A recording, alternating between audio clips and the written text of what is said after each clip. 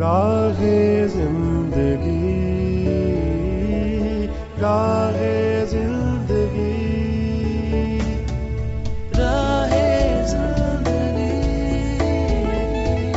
راہ زندگی، راہ زندگی، راہ زندگی۔ زندگی کے نشیب و فراز میں محبت کے احساس سے تازہ دم ہونے کے لیے پروگرام سنیے راہ زندگی۔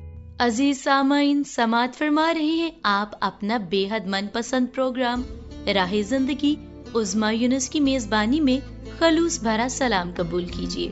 امید کرتے ہیں خدا تعالیٰ کے فضل و کرم سے آپ سبھی بالکل خیریت سے ہوں گے، اور ہماری یہ دلی دعا ہے کہ آپ سدا خوش، شادمان اور مطمئن رہیں، زندگی میں بڑھتے اور ترقی کرتے جائیں، آمین۔ سامعین، جوں جوں وقت تبدیل ہوا ہے، ٹیکنالوجی آ گئی ہے، جدت آئی ہے، چیزوں میں وہیں پر انسانی رویے بھی بدل گئے ہیں، اور یہ چیز ہمیں بچوں کی نفسیات میں بھی دیکھنے کو ملی ہے۔ جیسا کہ اگر غور کیا جائے تو ماضی میں یوں ہوا کرتا تھا کہ بچوں کو بڑے اگر کوئی بات حکمن کہہ دیا کرتے تھے تو وہ اس کی تعمیل کرنا خود پر لازم سمجھتے تھے، سوال و جواب نہیں کرتے تھے، اور اگر وہ سوال کرتے بھی تھے تو ان کو کہہ دیا جاتا تھا کہ آپ وجہ نہ جانیں، بس اس بات کو مان لیں، آپ کے لیے اچھی ہوگی۔ لیکن اگر دیکھا جائے آج کل کے بچوں کو تو وہ وجہ جاننا چاہتے ہیں کہ کوئی بات جو انہیں کرنے کو کہی جا رہی ہے اس کی وجہ کیا ہے، وہ اس کو کیوں کریں۔ اور پھر اسی کے ساتھ ساتھ آج کل کے بچے حساس بھی بہت زیادہ ہیں، وہ ہر ایک واقعے پر غور و فکر کرتے ہیں کہ یہ کیا ہو رہا ہے، کیوں ہو رہا ہے، اور اس کا اثر بھی خود پر لیتے ہیں، وہ انسانوں کا جائزہ لیتے ہیں۔ اور اس کی ایک بڑی وجہ یہ ہے کہ ان کا واسطہ سوشل میڈیا سے ہے، جو کہ ان کو ٹرین کر رہا ہے۔ اور سامعین، اسی طور پر وہ اپنے والدین کے رویے پر بھی غور کرتے ہیں۔ لڑائی جھگڑا ہوتا ہے تو بچے اس سے بہت زیادہ ڈسٹرب ہوتے ہیں، اور وہ اپنے گھر میں اپنے آپ کو غیر محفوظ محسوس کرنے لگتے ہیں، پریشانی میں مبتلا ہوتے ہیں، اور ان کی شخصیت کی تعمیر سازی بھی متاثر ہوتی ہے۔ تو والدین جب اس بات کو سامنے رکھیں گے کہ تنازع تو ہر جگہ پہ ہوتے ہیں، لیکن اس کو کس طرح سے مینیج کرنا ہے کہ بچوں کی شخصی زندگی اس سے متاثر نہ ہو، تو پھر بچوں کو ایک اچھا ماحول ملے گا اور وہ اس اچھے ماحول میں پروان چڑھ پائیں گے۔ آئیے سامعین، پروگرام میں ابھی سماعت فرماتے ہیں تلاوت کلام مقدس۔ خداوند یسوع المسیح نے فرمایا، اور جب تم روزہ رکھو تو ریاکاروں کی طرح اپنی صورت اداس نہ بناؤ، کیونکہ وہ اپنا منہ بگاڑتے ہیں تاکہ لوگ ان کو روزہ دار جانیں۔ میں تم سے سچ کہتا ہوں کہ وہ اپنا اجر پا چکے۔ بلکہ جب تو روزہ رکھے تو اپنے سر میں تیل ڈال اور منہ دھو، تاکہ آدمی نہیں بلکہ تیرا باپ جو پوشیدگی میں ہے تجھے روزہ دار جانے۔ اس صورت میں تیرا باپ جو پوشیدگی میں دیکھتا ہے تجھے بدلہ دے گا۔ سامعین، تلاوت کلام مقدس ہم نے سنی، اور جب ہم اپنے آپ کو خدا تعالیٰ کے لیے پیش کرتے ہیں، روزہ رکھتے ہیں، کھانے سے جہاں پر پرہیز کرتے ہیں وہاں پر اور بڑی باتوں سے جو خدا تعالیٰ کو ناپسند ہیں ہر ایک کا خیال رکھتے ہیں، تو ہم خدا تعالیٰ کی خوشنودی کو حاصل کر پاتے ہیں۔ ابھی آپ پتہ نوٹ فرمائیے پروگرام راہ زندگی کا، تاکہ آپ ہمارے ساتھ رابطہ کر سکیں اور ہمیں محبت بھرے میسیجز، خطوط بھیج سکیں، جس کے لیے آپ ہمارا پوسٹل ایڈریس استعمال کریں گے۔ پروگرام راہ زندگی، پی او باکس نمبر 117، فیصل آباد، پاکستان۔ ہمارا یوٹیوب چینل PCRM TV ہے، فیس بک ID PCRM فیصل آباد ہے، اور اس کے ساتھ ساتھ واٹس ایپ پر ہمیں کال اور میسج کرنے کے لیے ہمارا واٹس ایپ نمبر ہے 031674775655۔ ہم انتظار کر رہے ہیں آپ کی جانب سے رابطے کا، اور ابھی بغیر تاخیر کے آپ کے بھیجے گئے میسیجز کو پروگرام میں شامل کرتے ہیں۔ اسد مراد صاحب، جن کا تعلق ہے بلوچستان سے، کہتے ہیں کہ